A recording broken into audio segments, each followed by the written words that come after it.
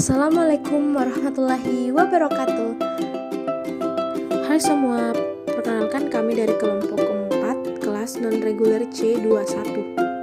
Anggota kelompok kami terdiri dari Audina Umroh, Latifah Syafri, Makfira Bestira, Nur Ismi, Radila Putri Salsabila, Sofia Hanan, Siti Nur Alisha Amran, Sri Ayu Wulandari, dan Cindy Asisa Fakaubun Gumawi.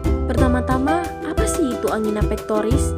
Jadi, menurut Rosdal dan Kowalski, secara harfiah angina pectoris atau biasanya disebut sebagai angine berarti nyeri dada. Angina terjadi secara tiba-tiba ketika beraktivitas berat mengharuskan arteri meningkat suplai darah ke jantung. Arteri yang menyempit atau obstruksi tidak dapat memberikan suplai yang diperlukan. Akibatnya, otot jantung terbebani. Hal-hal yang akan kami bahas dalam video kali ini untuk penyakit angina sendiri adalah tentang patofisiologi angina pectoris, gejala klinis angina pectoris, dan tanda klinis angina pectoris.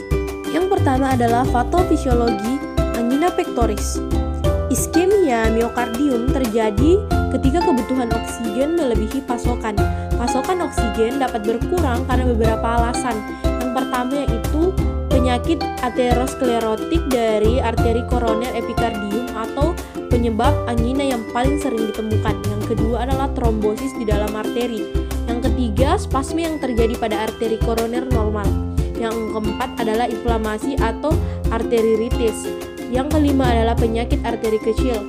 Penyakit mikrovaskular tanpa pembentukan trombus besar dan penyempitan bermakna di arteri koroner Selanjutnya, gejala angina pectoris. Untuk orang yang mengalami angina pectoris, beberapa gejala yang dapat ia rasakan. Yang pertama yaitu nyeri pada bagian dada, yang kedua dyspnea, dan yang ketiga adalah kelelahan. Sebagian besar pasien yang terkena angina pectoris tidak memiliki tanda khas pada pemeriksaan. Pasien dapat tersengal nafasnya atau berkeringat dan takikardia. Semuanya akibat aktivitas yang berlebihan dari sistem saraf simpatis. Seringkali dapat ditemukan penyebab yang mendasarinya, seperti hipertensi dan arkus kornea. Untuk arkus kornea sendiri terjadi pada usia di bawah 50 tahun.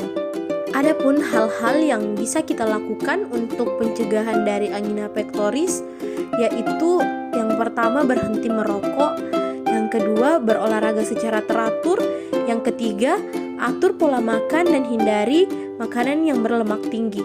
Terus yang terakhir, mengelola stres. Sekarang kita masuk ke obat angina pectoris.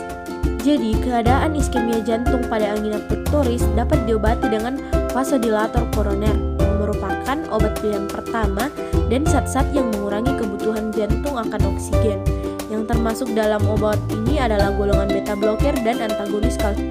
Adapun penggolongan obat-obat angina pectoris yaitu vasodilator koroner, beta blocker, antiplatelet, dan kalsium kanal blocker. Adapun obat-obat yang termasuk ke dalam golongan vasodilator koroner yang sering kita jumpai di pasaran seperti nitrogliserin, isosorbit dinhidrat, verapamil, diltiazem, dan dipiridamol. Adapun obat-obat yang termasuk ke dalam golongan beta blocker yang sering dijumpai di pasaran seperti bisoprolol, atenolol, dan propanolol. Untuk golongan antiplatelet sendiri yang paling sering kita jumpai di pasaran yaitu asam asetil salisilat dengan nama dagang seperti kardioaspirin dan aspilets. Dan yang terakhir adalah golongan kalsium kanal blocker. Contoh obat-obat yang sering dijumpai di pasaran seperti amlodipin, nifedipin, dan velodipin.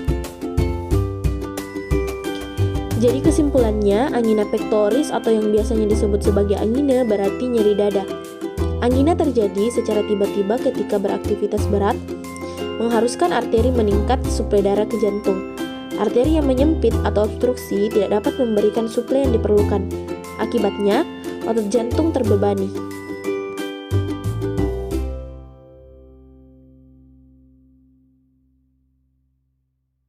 Itulah video singkat dari kelompok kami yang membahas tentang angina pectoris. Semoga bermanfaat.